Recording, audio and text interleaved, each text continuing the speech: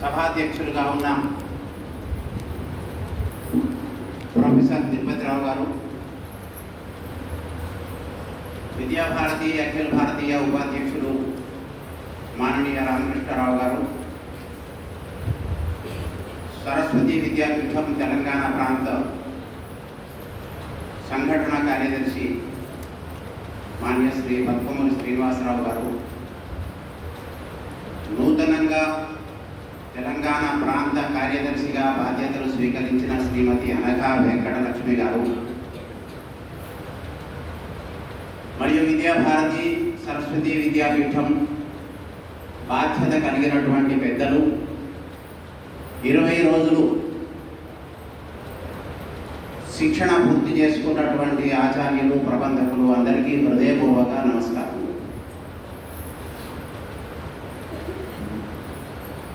ఈ కార్యక్రమము 10:30 నుండి 11:30 అని చెప్పారు నాకు. నేను వచ్చేసరికి కార్యక్రమం ప్రారంభం అయ్యింది. నేను ఆలస్యంగా వచ్చానేమో అని అనుకున్నాను. రీషెడ్యూల్ చేసిన ప్రోగ్రాం మిమ్మల్ని మీ ముఖం మీద కనిపిస్తున్న గ్లో చూసి తొందరగా పంపాలనుకున్నారేమో. 2 కార్యక్రమాలు కలిపి పెట్టారు కాబట్టి నాకు ఆలస్యమైందని.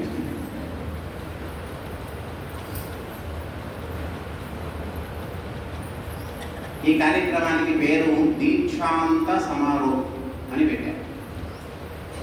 నిన్న సాయంత్రం జరిగింది సార్వజనికోత్సవం. సార్వజనికోత్సవంలో సమాజంలో ఉండే ఇతర వ్యక్తులు కూడా వస్తారు. పరిసర ప్రాంతాల్లో ఉండే వాళ్ళు ఎవరైనా సరే వచ్చి పాల్గొనవచ్చు, మీ ప్రదర్శనలు అవన్నీ చూడవచ్చు. దీక్షాంత సమారోహంలో బయటి వ్యక్తులు ఉండరు, మనమే ఉంటాం. దీక్షాంత సమారోహం దీక్ష యొక్క ముగింపు. వాస్తవంగా మీ దీక్ష రేపు ప్రారంభం అవుతుంది.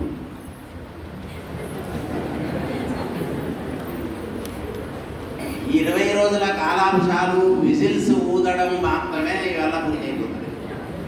రేపు పొద్దుగాల 5 గంటలకి ఎవరి ఈల వాళ్ళు ఊరుకోవాలి.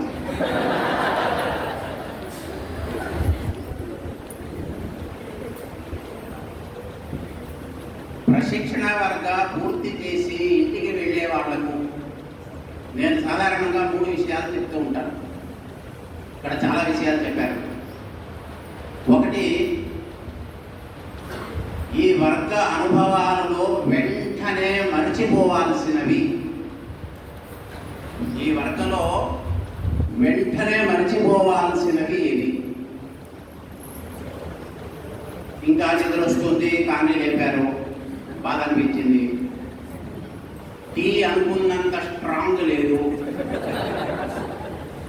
ఇంతకుముందు చెప్పారు రోజు పప్పేనా అని. ఇలా ఉదయం నుండి సాయంత్రం వరకు మనకు కొన్ని ఇష్టం లేదు అనిపించేవి ఉంటాయి. నా రిక్వెస్ట్ ఏమంటే ఇలాంటివన్నీ వెంటనే మర్చిపోండి. ఇంటికి పోయిన తర్వాత అందరినీ కూర్చోబెట్టి చెప్పకూడదు ఇలాంటివి. మరీ ముఖ్యంగా బళ్ళో చెప్పకూడదు. బళ్ళో చెబితే వచ్చే సంవత్సరం సంఖ్య తగ్గుతుంది.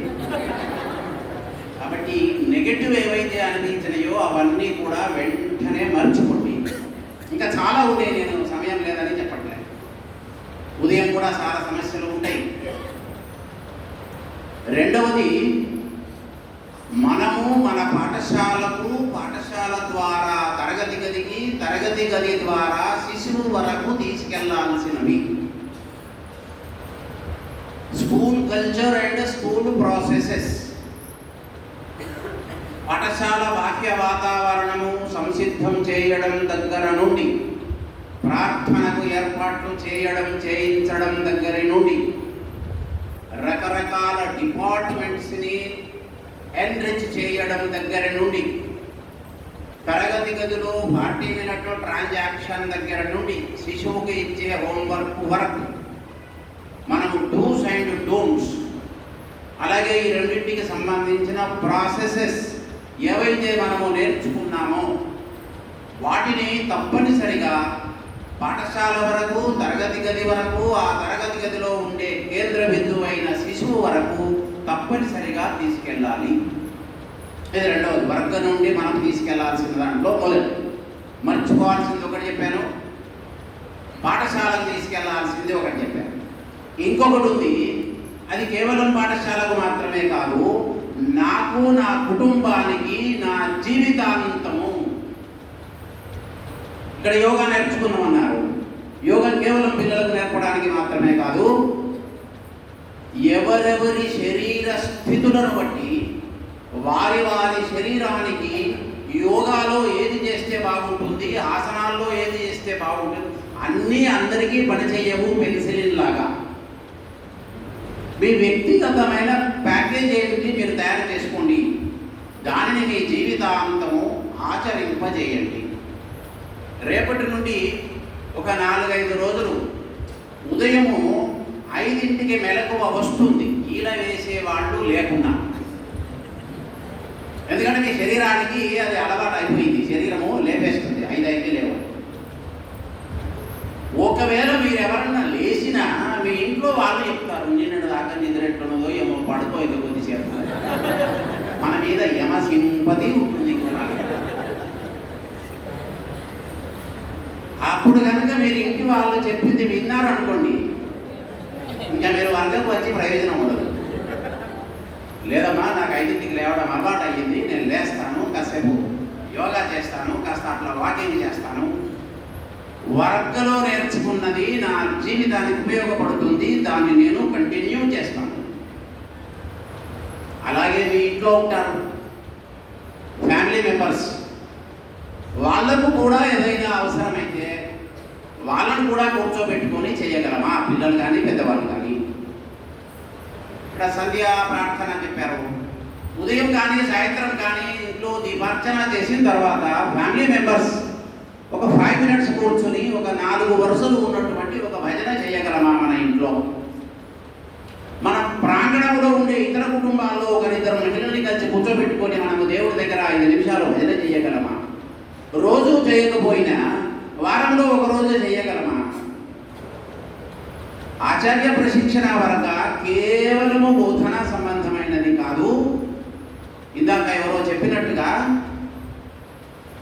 వైయక్తిక సమగ్ర వికాసానికి సంబంధించినది ఈ వర్గం. ఇందులో ఈ 3 అంశాలు నేను ముందు చెప్పదలుచుకున్నాను, తర్వాత మర్చిపోతానేమో, లేదా మాట్లాడుతూ ఉంటే విజిల్స్ వేస్తారు కదా, అది దృష్టిలో పెట్టుకొని ముందే చెప్పేసి. నాకు ఇక్కడికి వచ్చిన తర్వాత చాలా హ్యాపీగా ఫీల్ అయ్యాను. ఎందుకు అంటే మీకు ఇచ్చిన సమయం 2 నిమిషాలు.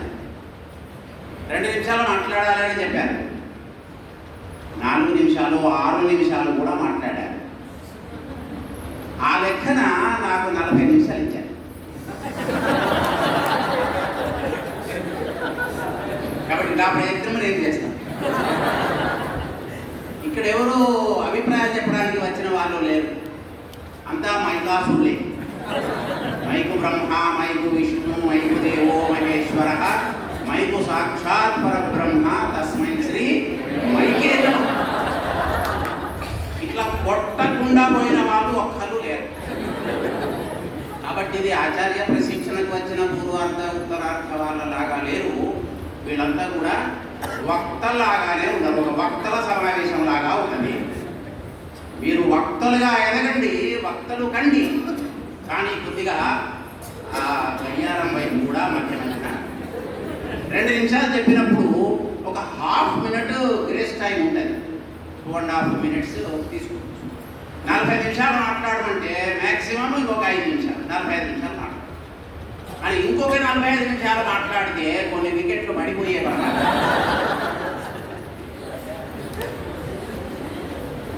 ఆచార్య పని మనం చేయడానికి ఇక్కడ శిక్షణకు వచ్చారు. ఆచార్య పనిని ఆచార్యత్వం అని అంటారు. టీచర్షిప్ అనే పదం లేకపోవచ్చు, కానీ మనం చేసే పని అదే.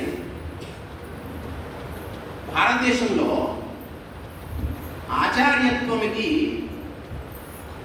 ఒక హిస్టరీ ఉంది, ఇతిహాసం ఉంది. దాన్ని దృష్టిలో పెట్టుకునే బహుశా సదాశివ సమారంభాం శంకరాచార్య మధ్యమాం అస్మదాచార్య పర్యంతం వందే గురు పరంపరాం. ఈ శ్లోకం ఇచ్చింది. కొద్దిగా దాన్ని విశ్లేషించుకుంటే, నాకు ఇంకా సమయం ఉన్నది కాబట్టి చెప్తున్నాను. కృత, త్రేత, ద్వాపర, కలియుగాలు అని చెప్తాం. 4 యుగం. కృతాయుగంలో సమాజం అంతా కూడా 2 భాగాలుగా ఉండేది. ఒకవైపు దేవతలు, ఒకవైపు రాక్షసులు. దేవతలు రాక్షసులు వాళ్లకు ఇష్టం వచ్చినట్లుగా వాళ్ళు వ్యవహరించలేదు. వాళ్ళను పరిపాలించే రాజులకు ఏ డౌట్ వచ్చినా గైడ్ చేయడానికి ఆచార్యులు ఉండేవాడు. దేవతలందరికీ కూడా డూస్ అండ్ డోంట్స్ చెప్పిన వాడు బృహస్పతి. రాక్షసులకు చెప్పిన వాడు, రాక్షసులకు రాక్షసత్వం ఉంటుంది కాబట్టి దాన్ని డెవలప్ చేసేటటువంటి గురువు శుక్రాచార్యుడు ఉన్నాడు. కాబట్టి కృతాయుగం అంతా కూడా ఆచార్యత్వము ఆధారంగానే ధర్మస్థితత్వము జరిగినది. తర్వాత దానికి వస్తే త్రేతాయుగంలో శ్రీరాముడు రామో విగ్రహవాన్ ధర్మ అనే స్థితి రాముడికి రావడానికి కారణము భిన్న వయస్కుల అయిన రామలక్ష్మణులకు బల అతిబల అనే విద్యలు నేర్పించినటువంటి విశ్వామిత్రుడు అక్కడ ఆచార్యుడు. వాళ్ళ కుటుంబ మొత్తానికి ఒక ఆచార్యుడు ఉన్నాడు, వంశానికి మొత్తానికి ఆచార్యుడు ఉన్నాడు, ఆయన వశిష్ఠుడు. త్రేతాయుగములో ఆచార్యులు వశిష్ఠుడు మరియు విశ్వామిత్రుడు. వాళ్ళ టార్గెట్ ధర్మరక్షణ. నిద్రపోతున్న రాముణ్ణి కౌసల్య సుప్రజ రామ అని లేపి కర్తవ్యాన్ని దృష్టిలోకి తీసుకొచ్చిన వాడు విశ్వామిత్రుడు. ఆ తర్వాత కౌరవులు పాండవులు ద్వాపర యుగం. వాళ్ళందరికీ కలిపి గురువు ఒకడే ఉన్నాడు, ద్రోణాచార్యుడు. ఆయనతో పాటు ఇంకొక టీం ఉన్నది, కృపాచార్యుడు, భీష్మాచార్యుడు, ఆచార్యత్రయం. వాళ్ళు ఎన్ని చెప్పినప్పటికీ ధర్మము తెలిసి పాటించని వాడి కోసము మరొక ఆచార్యుడు ఉన్నాడు, ఆయన గీతాచార్యుడు. గీతాచార్యుడు 2 పనులు చేశాడు. ఒకటి ధర్మబోధ చేశాడు, వినకపోతే వాడికి కావలసిన శాస్తి చేశాడు. అది ఆయన చేశాడు, సందర్భాన్ని బట్టి ఆయన చేయించాడు. ఇక కలియుగానికి వస్తే ఆచార్యులకు అంతే లేదు. కలియుగము ప్రారంభమై దాదాపు 5127 సంవత్సరాలు కావస్తుంది. 25 సంవత్సరాలు 26 సంవత్సరాలు అయిపోయింది. మగధ సామ్రాజ్యాన్ని పరిపాలిస్తున్నటువంటి మహాపద్మనందుడు నందవంశంలో బ్రాహ్మణత్వాన్ని, ఆచార్యత్వాన్ని, యజ్ఞయాగాదులను విస్మరించి ఆనాడు రాక్షసులు ఎలా చేశారో అలా మహాపద్మనందుడు చేస్తున్న సందర్భంలో గురువులను అవమానిస్తూ మహాపద్మనందుని కుమారులు నవనందులు సంస్కృతిని విధ్వంసం చేస్తున్న సందర్భంలో సంస్కృతి యొక్క పునరుత్థానానికి నడుం కట్టి ముందుకొచ్చిన వాడు ఆపర చాణక్యుడు.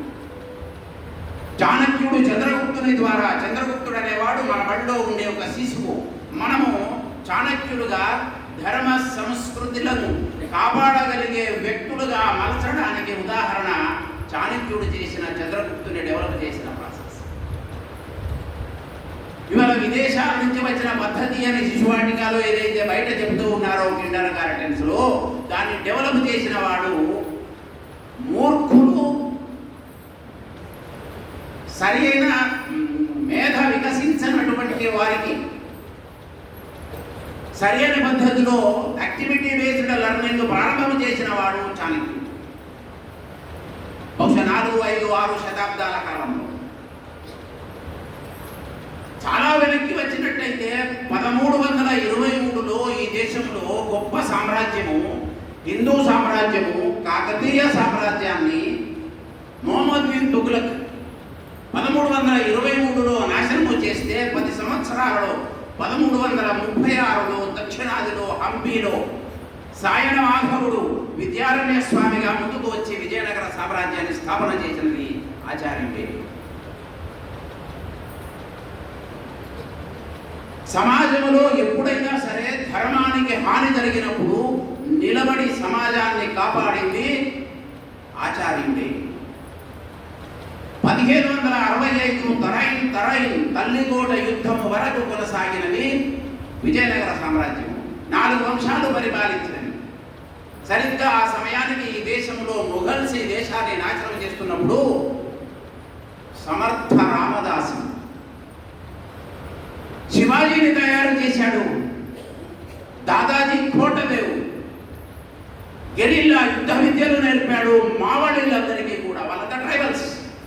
మహారాష్ట్రలోని అడవులలో నివసించే మల్లులను పిలిచి వాళ్ళ ద్వారా దేశ ధర్మ సంస్కృతి రక్షణ చేసినటువంటి వ్యవస్థ.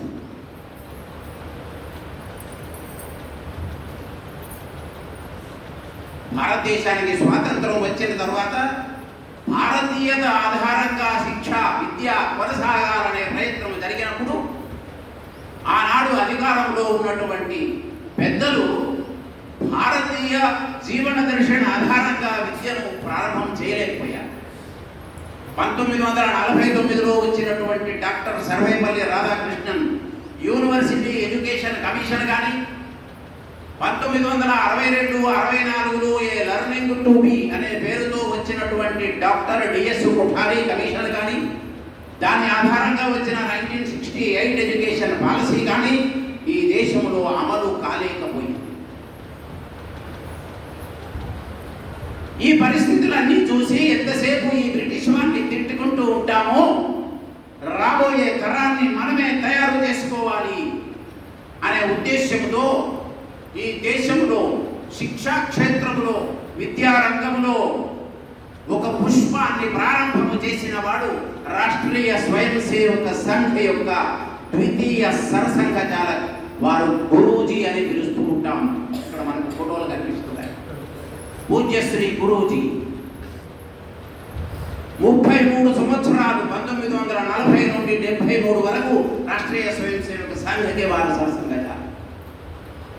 వారు మొట్టమొదట 1946-47 ఆ ప్రాంతంలో హర్యానాలోని కురుక్షేత్రలో గీతానికేతన్ ఆవాసీయ విద్యాలయాన్ని ప్రారంభం చేయించారు. ఆ తర్వాత 52లో గోరఖ్పూర్లోని పక్కీబాగ్ అనే ఏరియాలో ఒక శిశు మందిరము ప్రారంభం.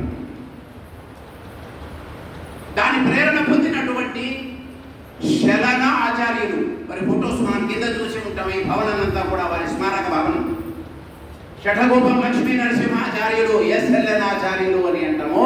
వారు సంఘ ప్రచారకుగా ఉండి ఆదిలాబాద్ జిల్లాలో వారు ఒక శిశు మందిరాన్ని ప్రారంభం చేస్తే అది యునైటెడ్ ఆంధ్రప్రదేశ్లో 400కు పైగా విద్యాలయాలు వికసించేలా జరిగింది. వారు ఆచార్యులే. ప్రభుత్వ ఉపాధ్యాయులుగా ఉండి దానికి రాజీనామా చేసి ఈ సంస్థను ప్రారంభం చేశారు. అది ప్రారంభమై ఇవాళ 22,000 పాఠశాలలు, 34-35 లక్షల మంది విద్యార్థులు దేశవ్యాప్తంగా, 1.6 లక్షలు, 1,60,000 మంది ఆచార్యులతో ఇవాళ విద్యాభారతి దేశవ్యాప్తంగా జరుగుతున్నది. దేశంలో సర్వస్పర్శి అయ్యింది. శిశు మందిరము లేని స్టేట్ లేదు. ఇవాళ ప్రపంచం మొత్తంలో ప్రభుత్వం యొక్క ఎయిడ్ తీసుకోకుండా నడుస్తున్నటువంటి విద్యా సంస్థ కేవలం Vidya Bharati. Whole world across the globe ఇలాంటి వ్యవస్థ మరొకటి లేదు. ఇంతమంది పూర్వ విద్యార్థులు, పూర్వాచార్యులు, ఇంతమంది పోషకులు, ఇంతమంది పూర్వ పోషకులు. ఇవాళ సమాజంలో మార్పు కనిపిస్తూ ఉన్నది. ఆచార్య పరంపర ఏ పనులు అయితే చేస్తూ వచ్చారో దాని యొక్క ఫలితాలు ఇవాళ సమాజంలో కనిపిస్తూ ఉన్నాయి. ఇవాళ 15-16 పైగా రాష్ట్రాలు జాతీయ దృష్టికోణంతో పరిపాలించబడుతూ ఉన్నది. మొత్తం దేశానికి ఇవాళ ఈ దేశం యొక్క సంస్కృతి ఏమిటి ప్రపంచానికి తెలియజేసే స్థితి ఇవాళ మన సంస్థల ద్వారా వచ్చింది. ప్రపంచంలో దాదాపు 60-70 దేశాలలో మన పూర్వ విద్యార్థులు పనిచేస్తూ ఉన్నారు. ఒకవేళ 1925లో రాష్ట్రీయ స్వయం సేవక సంఘ ప్రారంభమై ఉండకపోతే ఈ 100 సంవత్సరాల్లో ఈ రోజు అసలు ఈ వర్గం జరిగేది కాదు. సమాజమే వాళ్ళ ఈ స్థితిలో ఉండేది కాదు. ఒకనాడు రత్నగర్భ అని పేరుగాంచి, అన్నపూర్ణ అని పేరుగాంచి ప్రపంచానికి జ్ఞానభిక్ష పెట్టిన దేశము ఇవాళ అస్తిత్వాన్ని కోల్పోయే స్థితి నుండి జాగరూకత పొందుతూ ఉన్నది. మేల్కొంటున్నది నా నిద్రపోతున్న హిందూ జాతి. కారణం ఏమిటి అంటే దీని వెనకాల నిలబడినది మీలాంటి సుశిక్షితులైన ఆచార్య వృత్తులే. మనము రేపు మన తరగతి గదిలో కేవలము పాఠం చెప్పి నోట్స్ రాయించి పరీక్షలు పెట్టడం కాదు, విద్యాభారతి కేవలం పాఠశాల నడపడం కాదు, విద్యాభారతి కేవలం విద్యాలయాల నిర్వహణ కాదు, విద్యాలయాల నిర్వహణ ఆధారంగా సామాజిక పరివర్తన మనము తేవాల్సిన అవసరం. సమాజం యొక్క ఆలోచనను మార్చాలి. Thought process of the society is to be transform. దానికోసం మనం ప్రయత్నం చేస్తూ ఉన్నాం. మన శిశువులు మన ముందు కూర్చున్న వాళ్ళు ఈ దేశాన్ని అర్థం చేసుకోవాలి, ఈ దేశంలో ఉండే ప్రజలను అర్థం చేసుకోవాలి. ఈ ప్రజలు అనేక సంవత్సరాలుగా ఇక్కడ ఎస్టాబ్లిష్ చేసిన సంస్కృతిని అర్థం చేసుకోవాలి. ఈ మూడింటిని రక్షించడం కోసము తనను తాను అర్థం చేసుకోవాలి. దీనిని మనం బోధ చతుష్టయం అని పిలుస్తున్నాం. ఈ దేశం ఏమిటి? ఈ దేశం అంటే కేవలం పర్వతాలు, అడవులు మాత్రమే కాదు, నదులు మాత్రమే కాదు. ఈ దేశంలో అడుగడుగు కణ కణము కూడా పవిత్రమైనది. నా దేశాన్ని ఎవడైనా అవమానిస్తే నేను వాడికి సమాధానం చెప్పగలను అనే విశ్వాసము కలిగిన వ్యక్తులను మనం తయారు చేసే పని మన పాఠశాల ద్వారా జరగాలి.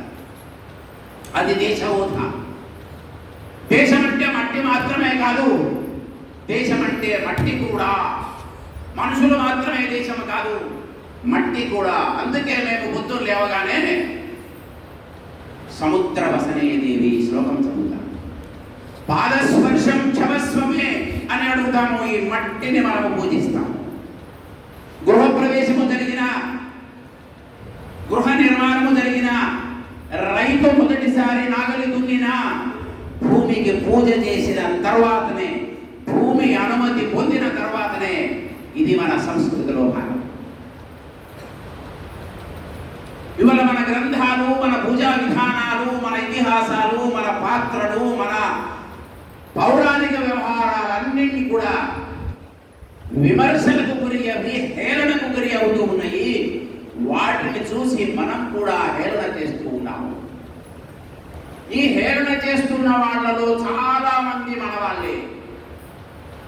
అన్య ధర్మాల వాళ్ళ కంటే ఎక్కువ ప్రమాదకరమైన వాళ్ళు మన ధర్మాన్ని పాటిస్తూ మన ధర్మాన్ని విమర్శించేవాళ్ళు. కారణమేమి?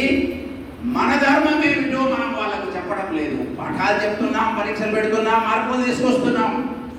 కానీ ఈ దేశాన్ని అర్థం చేసుకోవాలి, ఇక్కడి ప్రజలను అర్థం చేసుకోవాలి, ప్రజలలో ఉండే అసమానతలను తొలగించాలి.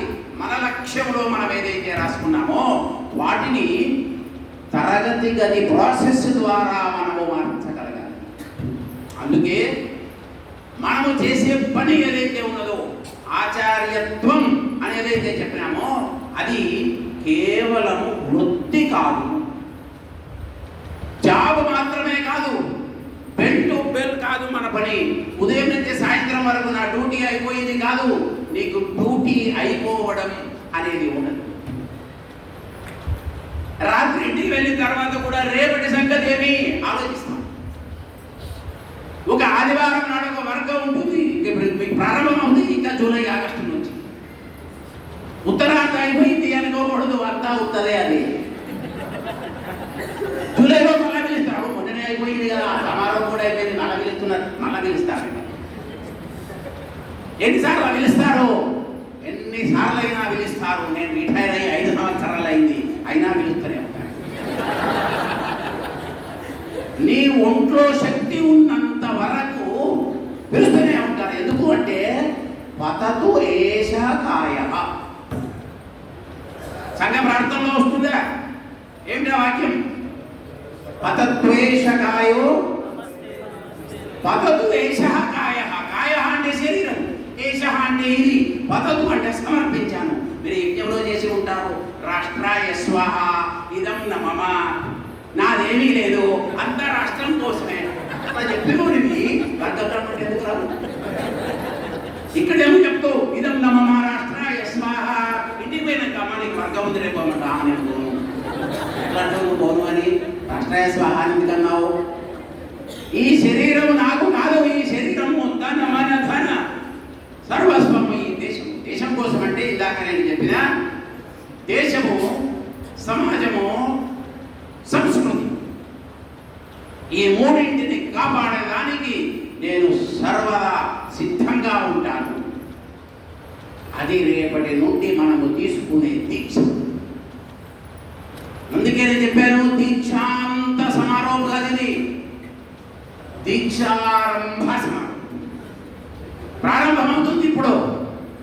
దీనిని మనము మన పాఠశాల వరకు తీసుకెళ్ళి మన పాఠశాల ఆధారంగా రోజు కలిద్దరిని పోషకుల్ని కలవగలమా? నెలలో ఒకసారి మా తరగతి గదిలోని 25-30 మంది పోషకులను పిలిచి 1 గంట సేపు వారితో మాట్లాడగలమా? సామాజిక పరివర్తన కోసము పంచ పరివర్తన అని 5 అంశాలు జరుగుతుంటాయి, కౌశమిక కాలాంశాలు అయి ఉంటాయి. అది కేవలం పరీక్షల్లో మార్కులు పొందడం కోసం కాదు, రేపు సమాజంలో దాన్ని ఇంప్లిమెంట్ చేయడం కోసం. 20 మంది మాతాజీలను పిలిచి వారి లోపల కుటుంబ ప్రబోధన గురించి, కుటుంబం ఎట్లా ఉండాలి. ఇవాళ most of the families are kitchen less families అవుతున్నాయి. మా ఇంట్లో కిచెన్ లేదు. ఇప్పుడు అమెరికాలో స్టార్ట్ అయింది. ఇల్లు కట్టుకుంటాడు, వాడి ప్లానింగ్ లో కిచెన్ ఉండదు. బెడ్రూమ్ ఉంటుంది, హాల్ ఉంటుంది, వాష్రూమ్స్ ఉంటాయి, కానీ కిచెన్ ఉండదు. ఎప్పుడైతే ఒక దేశంలో ఒక ఇంట్లో కిచెన్ లేకుండా పోతుందో అప్పుడు ఫ్యామిలీ సంబంధాలు ఉన్నాయి. వంట చేసే తల్లి అనుకుంటుంది నా కొడుకుకి ఇది ఇష్టం, నా కొడుకు ఇలా చేస్తే ఇష్టం. వంకాయ కూరను 500 రకాలు చేయొచ్చు, 501వ ఎప్పుడు తినకుండా కూడా చేయొచ్చు. అది వండే ఆమె మనస్తత్వాన్ని బట్టి ఉంటుంది. అసలు కిచెనే లేకపోతే స్విగ్గీ జొమాటో వాడు ఏమి చేస్తున్నాడో, అందులో ఏమి తింటున్నాడో, ఇప్పుడు తిన్న కూర ఏంటిదో సాయంత్రం వరకు కానీ అర్థం కాదు. వాడు ఏం కూర వేసి అన్నింటిలో ఒకటే యూనివర్సల్ మసాలా వేసుకున్నాడు. తల్లులతో మనం ఈ విషయం మాట్లాడగలమా? ఒక తల్లి శిశువుతో ఎలా వ్యవహరించాలి? ఒక తల్లి తన శిశువుకి హోంవర్క్లో ఎంతవరకు సహకరించాలి, ఎంతవరకు పిల్లవాడిని స్వతంత్రంగా చేయించాలి?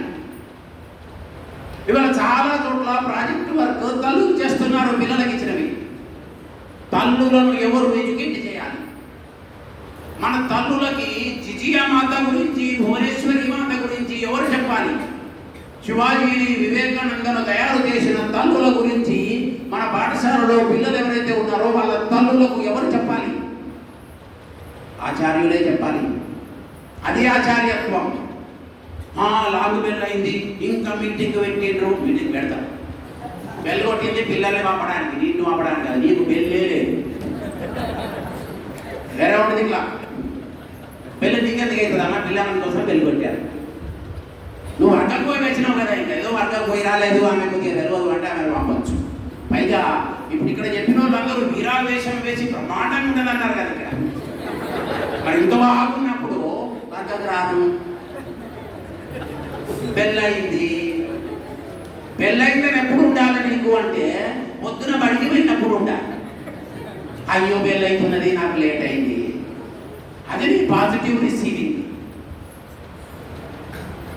మీ పాఠశాల వెళ్ళిన తర్వాత జూన్లో, జూలైలో కొంతమంది కొత్త వాళ్ళని తీసుకుంటారు. మీ ప్రధానాచార్యులు, మీ కమిటీ వాళ్ళు, వాళ్ళకి ఏ వర్క్ కాలేదు. మనము వాళ్ళతో పోల్చుకోకూడదు, మనము వాళ్ళను మనలా మార్చాలి. అమ్మ అట్లా కాదమ్మా, దీనికోసము సిలబస్ ఇదే కాదు, మనం ఇంకా ఈ పనులు చేయాల్సి ఉంటుంది, మనం ఇంకా ఇట్లా చేయాల్సి ఉంటుంది. ఉంటుంది. అది పాజిటివ్గా చెప్పాలి. ఇది ఒక్కటే అనుకుంటున్నావా, ఇంకా వస్తుంటాయి, మీరు రేపటి దాన్ని ఇవ్వబడిపోతుంది. కాబట్టి మీరు చెప్పే విధానము మీకు వర్క్ ఎంత అర్థమైంది అనే దాన్ని బట్టి ఉంది. నీ ఆలోచన కన్స్ట్రక్టివా డిస్ట్రక్టివా నీకు తెలుసు. అదే ఆత్మబోధ. నేను ఈ పాఠశాలకి, ఈ సంస్థకి, ఈ దేశానికి, ఈ సంస్కృతికి అనువైన దానినేనా? నా ఆలోచన కన్స్ట్రక్టివ్గా ఉందా? మీకంటే ముందు వర్గ చేసిన వాళ్ళు మీ బడిలో సీనియర్స్ ఉంటారు. వాళ్ళు అప్పుడప్పుడు చెప్తుంటారు, నువ్వు కనుక ఇప్పుడు పోయి వచ్చినావు కానీ నేను ఎప్పుడు పోయి వచ్చినా. ఆయన అప్పటి నుంచి అట్లాగే చెప్తున్నాడు, ఏం చేయాలి వాళ్ళు. నేను కూడా చెప్తాను, నా ప్రశిక్షణ వర్గ 1982లో అయింది. కృష్ణమాచారి గారిని కూడా అప్లై అయింది కావచ్చు. అవునా? 1982లో ఇప్పుడు మీరు చేసిన 20 రోజుల వర్గ నేను చేసిన 1982. చాలా మంది పుట్టలేదు కావచ్చు. మా అదృష్టం ఏంటంటే మీరు పాపం బాధపడుతున్నారు 20 రోజులు పోయినామని. మేము 40 రోజుల వర్గ. మళ్ళా మీ సెమిస్టర్ సిస్టమ్ లేదు, పూర్వార్ధ వేరు ఉత్తర పోయినామంటే మొత్తం చేసుకొని వస్తాయి 40 రోజులు. వర్గ మనలో కొన్ని కౌశలాలను నింపాలి, కొన్ని స్కిల్స్ మన లోపల నింపాలి, నిండినాయి. ఈ స్కిల్స్ని అక్కడ పోయిన తర్వాత ట్రాన్స్ఫర్ చేయాలి. మీ ప్రశిక్షణ యొక్క వైబ్రేషన్స్ మీ బడిలో రావాలి.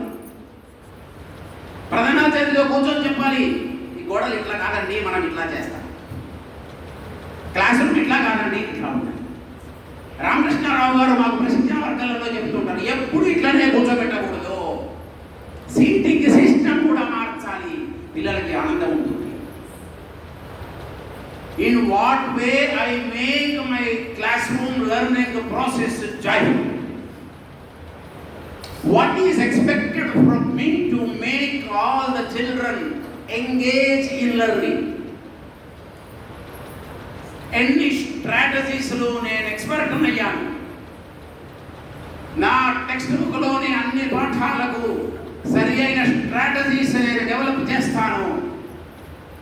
నా సబ్జెక్ట్ అన్ని లెసన్స్కి లెర్నింగ్ ఆబ్జెక్టివ్స్, లెర్నింగ్ అవుట్కమ్స్ పర్ఫెక్ట్గా నేను రాస్తాను. 3 పాఠాలకు కలిపి ఒక 25 మార్కుల ప్రశ్నపత్రం తయారు చేయమంటే బ్లూ ప్రింట్ ప్రకారము 4 రకాల వెయిటేజెస్ వచ్చేలా పర్ఫెక్ట్ పేపర్ నేను తయారు చేస్తాను. దాని వెనకాల దాని బ్లూ ప్రింట్ వేస్తాను. I am expert in that. ఆ కాన్ఫిడెన్స్తో మనం ఇవన్నీ చేయాలి.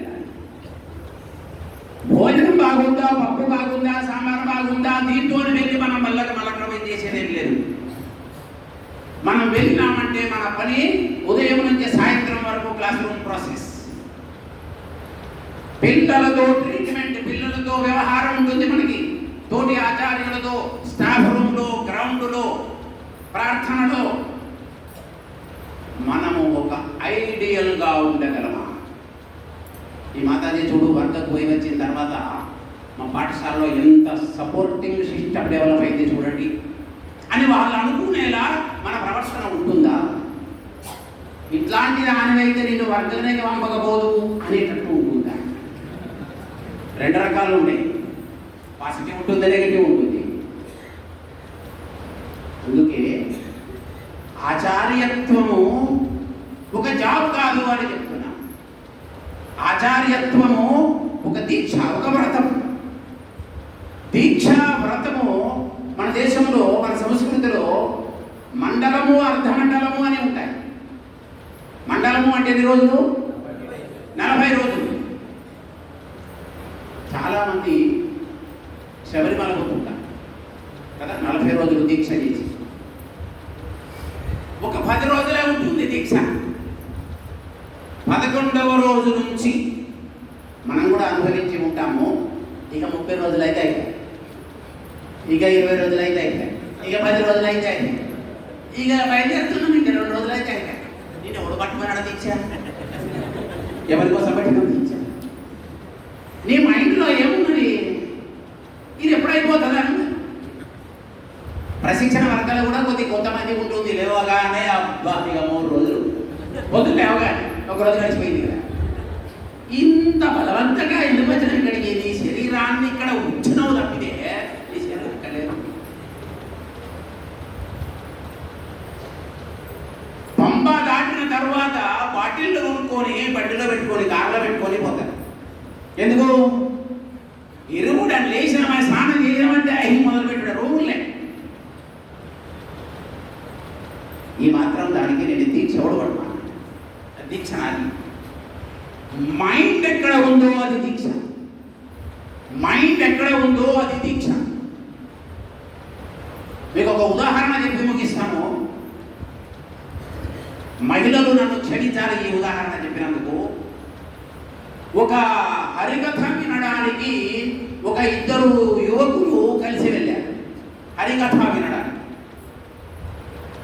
కొద్ది దూరం పోయిన తర్వాత ఏదో సినిమా టాకీస్లో మంచి సినిమా నడుస్తుంది అని ఒక పోస్టర్ కనపడింది. ఆ 2లో ఒకడన్నాడు, హరికథ అయిపోతాం రా, ఈ సినిమాకు పోదాం. కొద్దిసేపు అయిన తర్వాత ఆ సినిమా పోస్టర్లను చూసి వీళ్ళిద్దరిలో ఒకడు టెంప్ట్ అయ్యి వ్యభిచార గృహాలకు వెళ్దామని అంటాడు.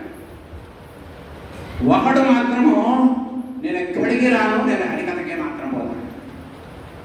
ఆ విచలిత మనస్సుడు ఎవడైతే ఉన్నాడో వాడు వేశ్య గృహాల వైపు వెళ్ళిపోయాడు.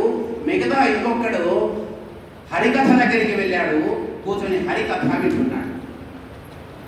కొంతకాలం అయింది, వీళ్ళు చనిపోయారు.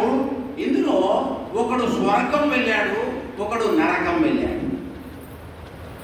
మీరు చెప్పండి, ఎవరు అయి ఉంటారు స్వర్గం, ఎవరు అయి ఉంటారు నరకం? హరికథ విన్నవాడు ఎట్టుకోవాలి, నరకం పోయేటవాడు. వ్యభిచార గృహానికి పోయిన వాడేమో స్వర్గానికి పోయినాడు. అక్కడ వీళ్ళు కూడా వేసడం మొదలుపెట్టారు. ఎవరు? హరికథ పోయినవాడు. నేను ఇంత సిస్టమేటిక్గా వాడు రమ్మంటే కూడా పోకుండా హరికథ పోయినా నేను, మీరు ఏదో మిస్టేక్ చేసి ఉంటారు. అప్పుడప్పుడు మన అడ్మిషన్ చేసిన తప్పు జరుగుతుంది. అట్లేమన్నా తప్పు జరిగి ఉంటుంది, వాడు అడ్డుకోవాలి నేను ఇటు పోవాలా అని ఈయన అక్కడ ఉత్తరాల ధైర్యం. అందుకోసం ఇది అక్కడ కాంప్లెక్ట్ కొంచెం వాదన శక్తి పెరుగుతుంది కదా, అప్పుడప్పుడు మైకిస్తారు కాబట్టి. అప్పుడు వాళ్ళ రికార్డులో ఎప్పుడు తప్పు ఉంటుంది, అది ఆటో రికార్డు ఉంటుంది అక్కడ, ఎక్కడ తప్పు ఉండదు. అది చివరికి తెలియదు ఏమిటంటే, ఎవడైతే వ్యభిచార గృహానికి వెళ్ళి వేశ్యతో ఉన్నాడో వాని మనస్సంతా హరికథ మీద ఉంది. వాడు ఏం చెప్తున్నాడో, వీడు ఏం వింటున్నాడో, అసలు హరికథ పోయేది ఉంటే అది ఏ దేవుడి కథ చెప్తున్నాడో, వీడి మైండ్ అంతా అదే ఉంది. మనవాడు హరికథ కూర్చున్నాడు కదా, భక్తిగా కూర్చున్నాడు, వీడు కూర్చున్నాడు కానీ మనస్సు హరికథ మీద లేదు. అబ్బా వాడు అక్కడికి వీడు, నేను కూడా అటుపోతే బాగుండు, నేను కూడా అటుపోతే బాగుండు అని ఉంది. వాడు అటుకోలేదు, ఇటు. కాబట్టి శరీరం ఎక్కడున్నది అది ప్రధానము కాదు. దీక్ష వ్రతం అనేది మెదడుకు సంబంధించింది, మనస్సుకు సంబంధించింది. మీకు అంతఃకరణాలు చెప్పి ఉంటారు, మనస్సు, బుద్ధి, చిత్తము, అహంకారము. అందులో మనస్సుకు బుద్ధికి జరిగేటటువంటి ఘర్షణలో బుద్ధి మనస్సును కంట్రోల్ చేయాలి, కానీ మనస్సు బుద్ధిని కంట్రోల్ చేయాలి. మనకు మాత్రమే కాదు, రేపు మన బళ్ళో ఉండే ఆచార్యులకు, పిల్లలకు, సమాజానికి కూడా దీన్ని మనము నేర్పాలి. కాబట్టి సరస్వతి శిశు మందిరంలో ఆచార్యులుగా పనిచేయడం అంత సులభమైనది కాదు. అంటే సులభం కూడా పనిచేయచ్చు, కానీ ఎక్స్పెక్టేషన్ ఏమిటి అంటే, ప్రార్థనలో చెప్తాం కదా, జగశిరమౌరవనాయ భారత్. సంఘ ప్రార్థనలో చెప్తాం కదా, పరం వైభవం నేతు మే తత్స్వరాష్ట్రం. ఎట్లా ఉంటుంది? ఆచార్యత్వము వృత్తి కాదు, ఇది దీక్ష, ఇది ఒక వ్రతం. వ్రతం ఉంటే ఆ జన్మ. నేను మొన్న కూడా ఒకసారి 17వ తేదీ నాడు ఇక్కడ ఉన్నాను, ఆ రోజు చెప్పాను, శిశు మందిరంలో ఒకసారి పని చేస్తే పూర్తయిపోదు. ఇప్పుడు నేను చెప్పిన అన్ని ఒకసారి చేయగలిగితేనే ఒక్క జన్మలో పూర్తవుతుంది, లేకపోతే 7 జన్మలు అదే శిశు మందిరము, అదే ఆచార్య ప్రశిక్షణ వర్గ ఉత్తరార్ధ పూర్వార్ధ అభివృద్ధికి రావాల్సిందే. మీకు మోక్షం కలగాలంటే సమగ్ర వికాసము కోసము, శిశువు యొక్క సమగ్ర వికాసము, సంపూర్ణ సామాజిక పరివర్తన, వీటి కోసం నేను దీక్ష పెట్టాను. దీక్ష ఎప్పుడు పెట్టినావు అంటే మే 22వ తారీఖు నాడు శారదాధామంలో దీక్ష పెట్టాను. బహుశా కొన్ని వర్గాలలో ఈ దీక్షలో కూడా కంకణాలు కట్టి పంపిస్తున్నాను. నేను మన విజయవాడ వర్గంలో చూశాను. వర్గ అయిపోయిన తర్వాత అందరికీ కంకణాలు కట్టాను. ఇదేం కంకణము అంటే రేపటి నుంచి నీ డ్యూటీ మొదలవుతుంది కదా, దానికి సంబంధించిన సంకల్ప కంకణం అని చెప్పారు. కంకణం ఇప్పుడు మీకు భౌతికంగా మీద కంకణము కట్టినా కట్టకుండా మీ మనస్సులో ఒక దీక్ష తీసుకుని మనం ఇక్కడి నుంచి వెళదాం. విద్యాభారతి ఆశించిన పద్ధతిలో నేను నా కర్తవ్యాన్ని మన ధనపూర్వకంగా నేను వ్యవహరిస్తాను. 20 రోజులు 40 రోజులు ఏదైతే మన శరీరానికి మనస్సుకు అలవాటు చేస్తామో అది స్థిరమైపోతుంది. కాబట్టి ఇక్కడ చేసిన అలవాట్లను మీరు స్థిరం చేసుకుని శిశు మందిరాల ద్వారా దాదాపు 45-50 వేల మంది పిల్లలు ఉన్నారు మన దగ్గర. 45-50 వేల మంది, బహుశా రాబోయే రోజుల్లో 60-70 వేలు కూడా కావచ్చు. ఇవాళ ఆంగ్ల మాధ్యమం నడుస్తున్నది. ఇందులో ఎవరెవరికి ఆంగ్ల భాషా సంభాషణలో కొద్దిగా వీక్నెస్ ఉందో దాన్ని స్ట్రెంథెన్ చేసుకోవటం, పెడగాజికల్ ఫిట్నెస్ సాధిస్తూ, కమ్యూనికేటివ్ ఫిట్నెస్ సాధిస్తూ, 21st సెంచరీ స్కిల్స్లో మనము స్కిల్స్ సాధిస్తూ మనం ముందుకు వెళ్ళే ప్రయత్నం చేద్దాం. మీరు చేసే ఈ ప్రయత్నానికి కావలసిన శక్తి సామర్థ్యాలను చదువుల తల్లి శారదామాత మీ అందరికీ సంపూర్ణంగా ఇవ్వాలని మనస్ఫూర్తిగా భావిస్తూ అందరికీ